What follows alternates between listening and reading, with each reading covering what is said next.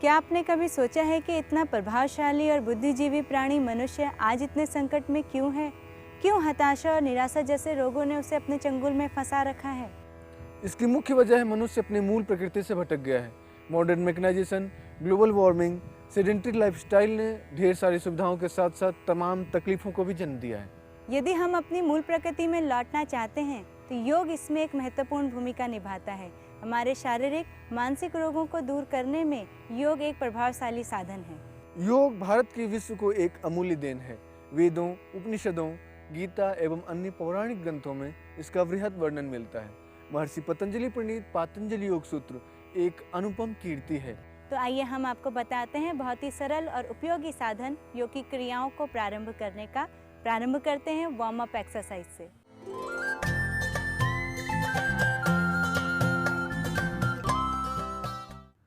Warm up exercise हमारे joints और muscles को तैयार करते हैं योगा अभ्यास के लिए। तो आइए प्रारंभ करते हैं इसका अभ्यास। दोनों पैर सीधे, शारीरिक स्थिति दंडासन की स्थिति में आएंगे। दोनों पंजों को बाहर की ओर खींच के रखेंगे। दोनों हथेलियां हिप से लगी हुई, कमर गर्दन बिल्कुल सीधी। प्रारंभ करेंगे पैरों की उंगलियों से। श्वास को लेते हुए दोनों पैरों की उंगलियों को पीछे की ओर खींचेंगे। श्वास को छोड़ते हुए उंगलियों को आगे की ओर खींचेंगे। लगातार श्वास प्रश्वास की गति के साथ इस क्रिया को करते रहेंगे। शरीर की स्थिति के अनुसार थोड़े से आराम के लिए यदि आप चाहें तो दोनों हथेलियों को घुटनों के ऊपर रख सकते हैं, पर ध्यान रखें आपकी कमर बिल्कुल सीधी रहेगी।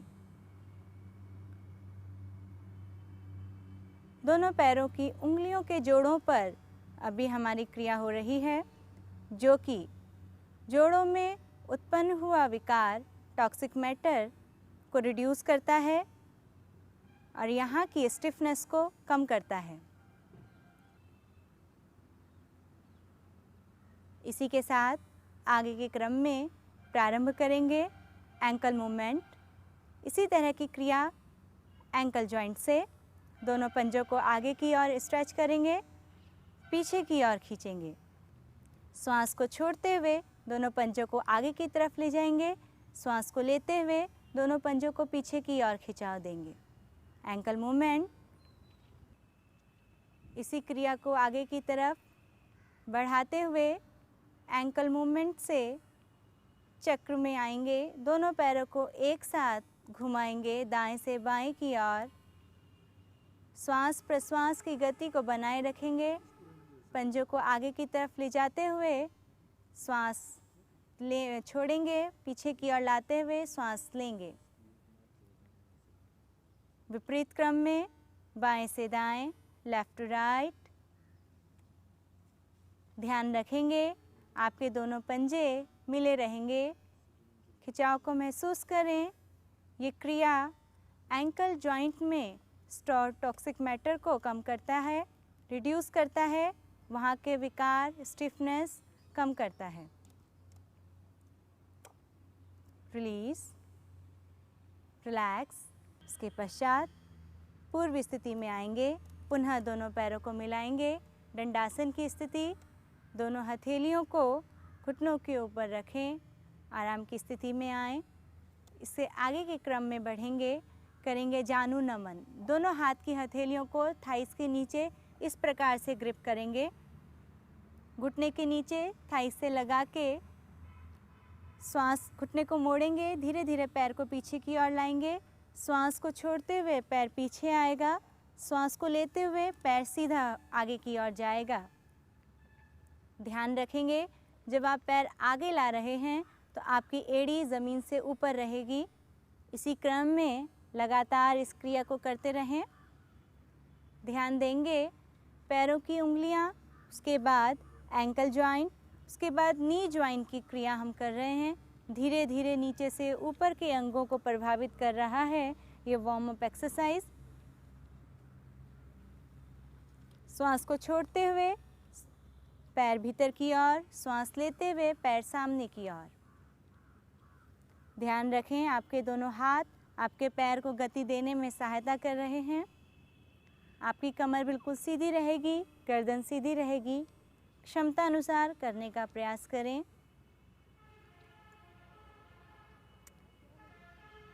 नी जॉइंट में जो टॉक्सिक मैटर स्टोर होता है, जिसकी वजह से वहाँ के विकार, दर्द, सूजन, जलन होती है, उसको रिड्यूस करता है ये वार्म अप एक्सरसाइज।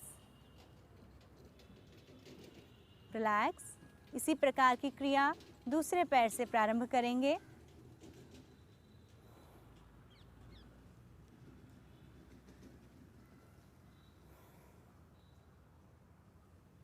लगातार इस प्रक्रिया को इसी क्रम में करते रहेंगे। शारीरिक स्थिति का ध्यान रखेंगे।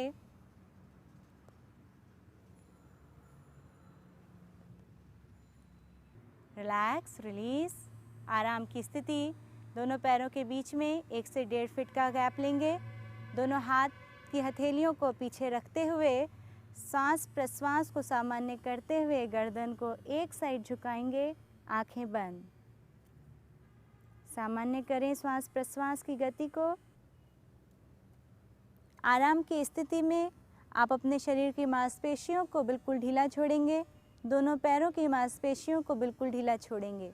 जो तनाव, जो खिंचाव आपके शरीर में, दोनों पैरों में आपको महसूस हो रहा है, उस अंग को, जिस भी अंग में आपके खिंचाव हो रहा है, उसे ढीला छोड़ेंगे।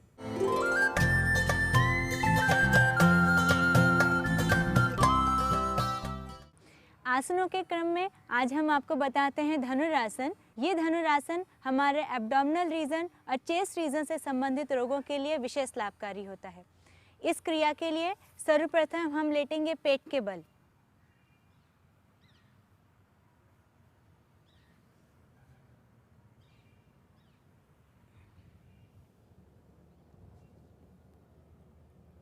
धनुरासन के लिए हम शारीरिक स्थिति लेंगे। हमारा पेट, चेस्ट ज़मीन से लगी रहेगी, माथा ज़मीन से लगा रहेगा, दोनों हाथ की हथेलियाँ दोनों पैरों से लगी रहेंगी। सबसे पहले माथा को ऊपर उठाते हुए अपने चिन ज़मीन से लगाएंगे। धीरे से दोनों पैरों को एक साथ ऊपर की ओर मोड़ेंगे। हमारी एड़ियाँ हमारे हिप्स को टच करेंगी। दोनों हाथों की सहायता से एंकल जॉइंट को पकड़ेंगे। धीरे से दोनों पैरों की सहायता से, हाथों की सहायता से शरीर को ऊपर की ओर खींचेंगे।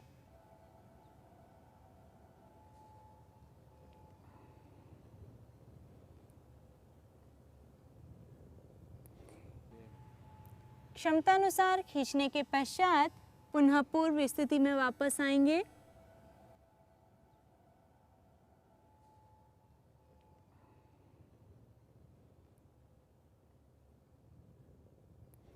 इसी क्रम में धनुरासन का अगला अभ्यास पूर्ण धनुरासन।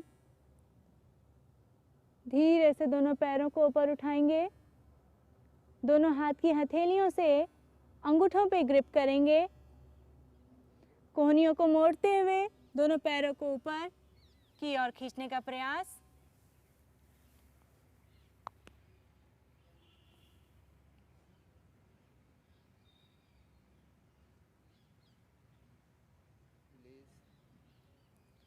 क्षमता अनुसार रुकने के पश्चात धीरे धीरे विपरीत क्रम में पूर्व स्थिति में आएंगे। दोनों पैरों को पीछे की ओर ले जाते हुए धीरे से दोनों हाथों से ग्रिप को छोड़ेंगे। वापस।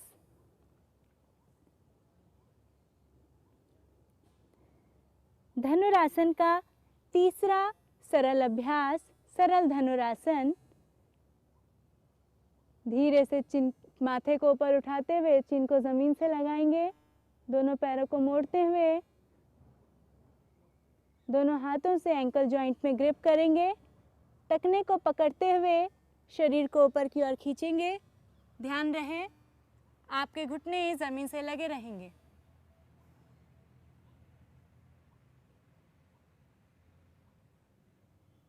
इसके विपरीत क्रम में धीरे धीरे वापस।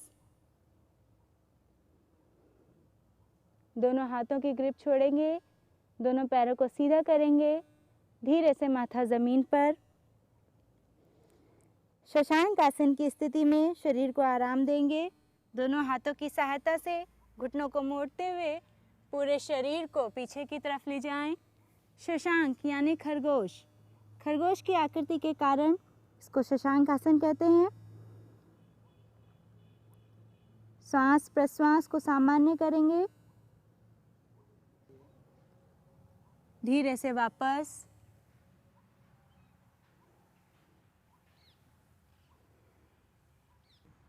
धनुरासन हमारे स्टमक रीजन और चेस्ट रीजन से संबंधित रोगों को दूर करने में सार्थक है। इसमें पेट से संबंधित रोग जैसे कॉन्स्टिपेशंस, इंडाइजेशंस और एसिडिटी जैसे रोगों के लिए विशेष लाभकारी है।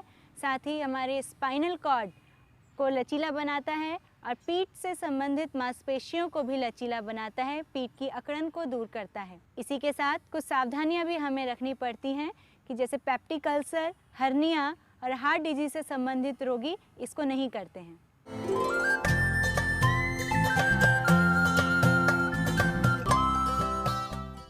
यदि आपको या आपके परिवार के किसी सदस्य को डायबिटीज़ है तो क्या आप जानते हैं कि ये कितनी खतरनाक हो सकती है?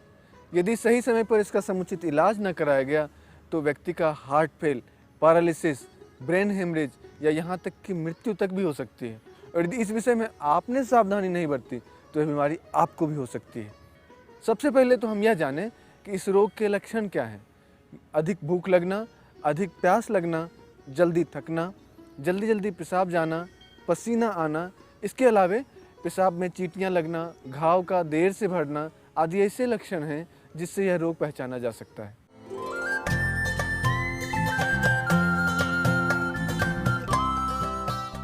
मूलतः डायबिटीज़ दो तरह के होते हैं, जुवेनाइल जो बच्चों में होता है और मैच्योरिटी ऑनसेट जो वयस्कों में देखा जाता है। बच्चों और वयस्कों में इसके होने की अलग अलग वजह हैं। बच्चों में डायबिटीज़ के होने की वजह ज़्यादातर हेरिडिटी यानी कि वंशानुगत होती है, पर वयस्कों में अनियमित खान पान, अकर्मण्य जीवन शैली, तनावयुक्त मानसिकता आदि इसके मुख्य कारण हैं। आइए डायबिटीज़ के बारे में हम आपको विस्तार से बताते हैं। हमारे शरीर में अमाशय के नीचे बड़ी आंत के ऊपर एक चपटी हल्की पीले रंग की ग्रंथि होती है जिसका एक सिरा स्प्लीन के करीब होता है तथा दूसरा भाग ड्यूडेनम यानी कि छोटी आंत के पहले हिस्से से लगा होता है। यह ग्रंथि पेनक्रियाज कहलाता है जो कई तरह के डाइजेस्टिव एंजाइम्स तथा हार्मोन्स का स्राव करता है। इसमें से एक प्रमुख रसायन है इंसुलिन जो हमारे शरीर में रक्त के अंदर की शर्करा को नियंत्रित रखता है। वस्तुतः यह हार्मोन भोजन के माध्यम से रक्त तक पहुँचे ग्लूकोज को इस योग्य बनाता है जिससे हमारी कोशिकाएं आसानी से इसे ग्रहण कर सकें। इंसुलिन की कमी से कोशिकाओं तक ग्लूकोज पहुंचने की बजाय रक्त में इसकी मात्रा बढ़ती जाती है जिसे हम लोग ब्लड शुगर के नाम से जानते हैं। ऐसा तब होता है जब पेनक्रियाज के बीटा सेल्स जो कि इंसुलिन का निर्माण करते हैं या तो एक्सर्ट हो जाते हैं या डिजेनरेट हो जाते हैं यानी कि मर जाते हैं। ऐसी स्थिति में हम बाहर से इंसुलिन के डोज लेना शुरू करते हैं। योग का अभ्यास शरीर में ऊपर से इंसुलिन के डोज लेने के बजाय पेनक्रियाज को ही स्वस्थ करने का प्रयास करता है जिससे कि बीटा सेल्स फिर से जीवंत होकर कार्य करना प्रारंभ कर दें और हमारे ब्लड में ग्लूकोज की मात्रा को कम कर दें। इसके लिए हम कुछ ऐसे अभ्यासों का चयन करते हैं जिससे समग्र लाभ प्राप्त हो सके। पहले शोधन क्रियाएं की जानी चाहिए जो कि अत्यंत उपयोगी हैं, जैसे लघुशंख प्रक्षालन, कुंजल, नेति तथा कपालभाति आदि। इनमें से जो संभव हो उससे शुरुआत करें।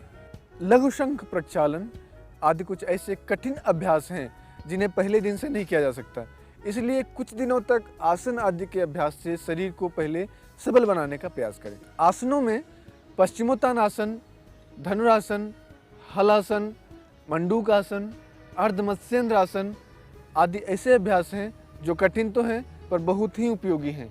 यदि ये अभ्यास प्रारंभ में न बन सके तो शशांकासन, भुजंगासन, वज्रासन तथा वक्रासन आदि से भी योगाभ्यास शुरू कर सकते हैं। आसन के अभ्यास के बाद प्राणायाम का अभ्यास उपयोगी ही नहीं आवश्यक भी है। यूँ तो भस्त्रिका एवं सूर्य भेदन आदि ऐसे प्राणायाम हैं जो काफ़ी लाभदायक हैं, लेकिन इनकी शुरुआत भी कुछ दिनों के अन्य प्राणायामों के अभ्यास के बाद ही करना चाहिए। यदि आप उच्च रक्तचाप या हृदय रोग आदि से ग्रस्त हैं तो कुंभक यानी कि श्वास को रोकने वाले अभ्यास न करें, वरना यह खतरनाक हो सकता है। नाड़ी शोधन एवं अनुलोम विलोम ऐसे प्राणायाम हैं जो कि सटीक अभ्यास कहे जा सकते हैं। इनके लाभ तो हैं पर साइड इफ़ेक्ट नहीं है। इसके अलावा ध्यान एवं योग निद्रा भी डायबिटीज़ के रोगियों के लिए काफ़ी उपयोगी है। इसके बारे में हम आगे के एपिसोड में आपको बताते रहेंगे।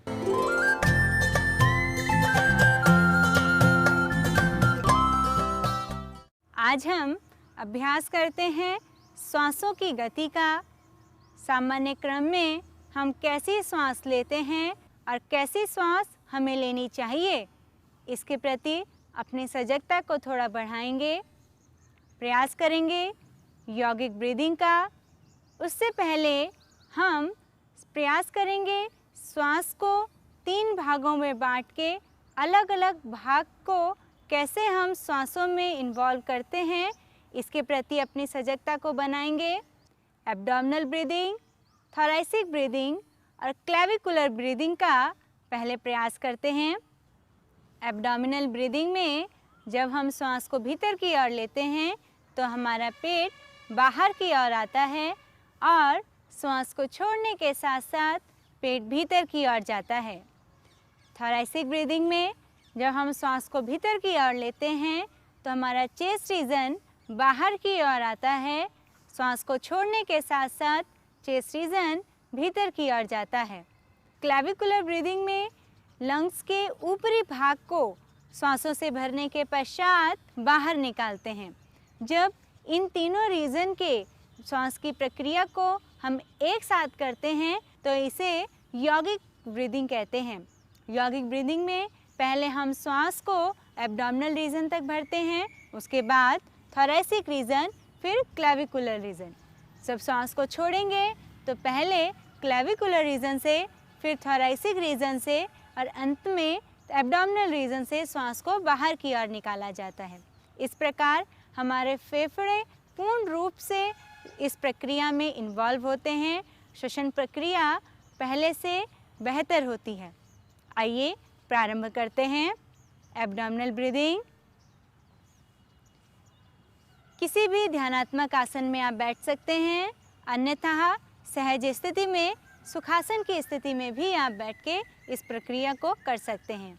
पर ध्यान रहे आपकी कमर बिल्कुल सीधी रहेगी और एकाग्रता श्वास प्रश्वास की गति पर ही रखें।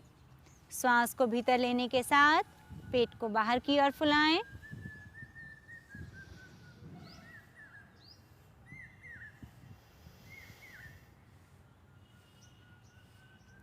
श्वास को छोड़ने के साथ पेट भीतर की ओर जाएगा।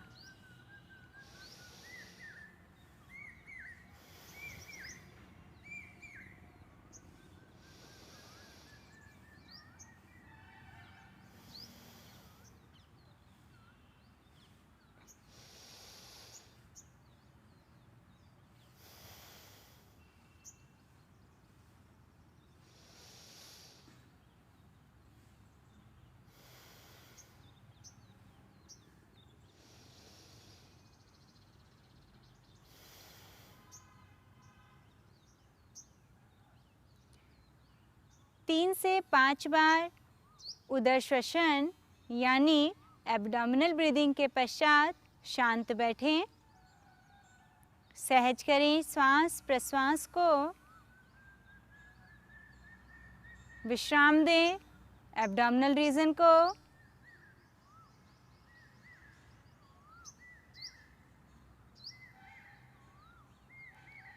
श्वास प्रश्वास सामान्य होने के पश्चात प्रारंभ करेंगे थोरैसिक ब्रीदिंग। श्वास लेने के साथ थोरैसिक रीजन बाहर की ओर, श्वास छोड़ने के साथ थोरैसिक रीजन भीतर की ओर।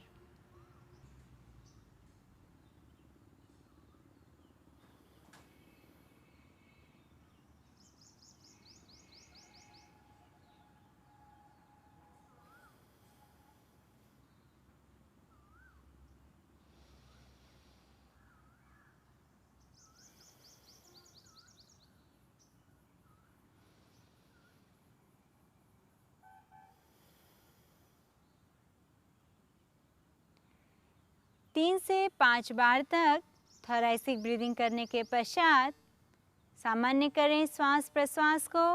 आँखों को बंद करके विश्राम करें। ढीला छोड़ें कंधों की मांसपेशियों को, कमर की मांसपेशियों को, चेहरे की मांसपेशियों को। पूर्ण विश्राम।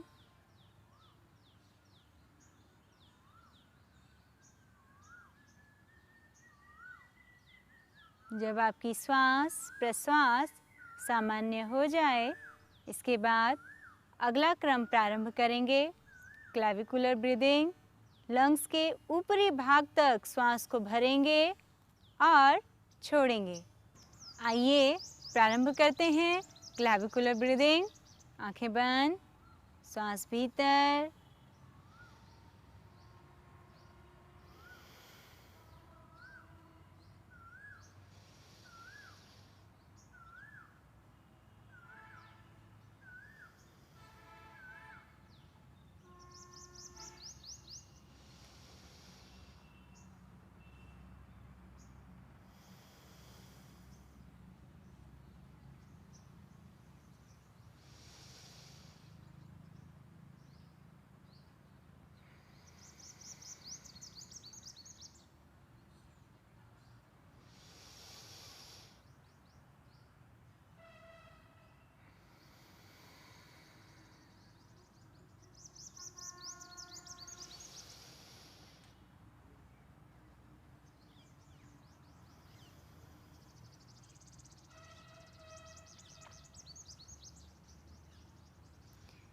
तीन से 5 बार दोहराने के पश्चात शांत बैठें। सामान्य करें श्वास प्रश्वास की गति को और तैयार करें स्वयं को यौगिक श्वसन के लिए।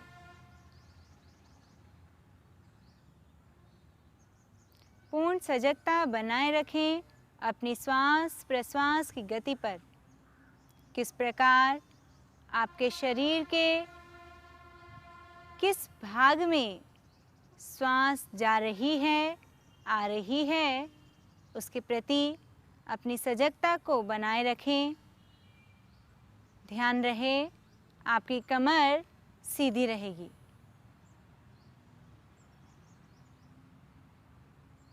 यदि आपको आसन में स्थिरता पूर्वक बैठने में तकलीफ हो तो आप अपना आसन बदल भी सकते हैं।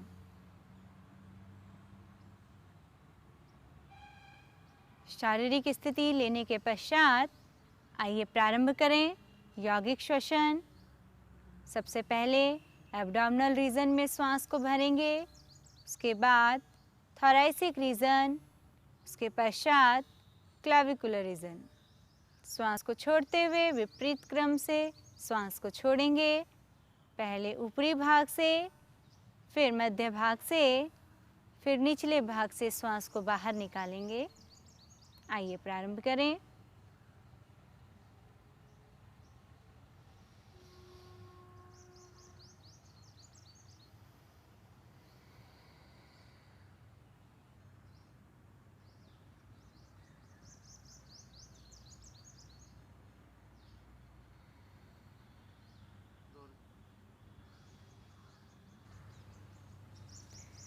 तीन से 5 बार क्रिया को दोहराने के पश्चात शांत बैठें।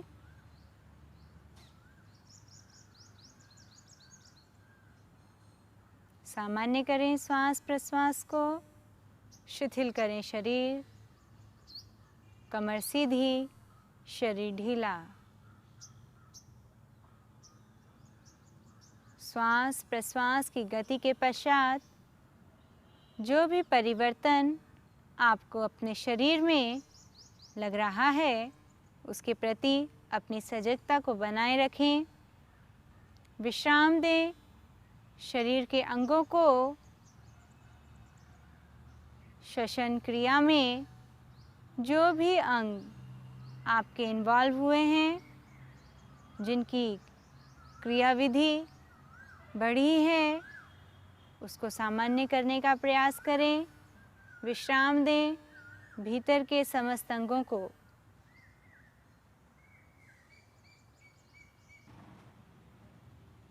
जो शांति की अनुभूति आपको अपनी क्रिया के माध्यम से हुई है, उसके प्रति अपनी सजगता को बनाए रखें। जो खालीपन क्रिया के पश्चात आपको लग रहा है, उसके प्रति सजग रहें। विचार शून्य स्थिति, शांत भाव, क्रिया रहित स्थिति।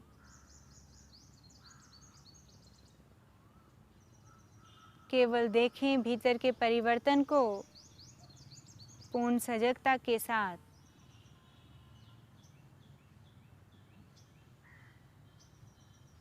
पूर्ण विश्राम की स्थिति के पश्चात धीरे से आंखों को खोलेंगे।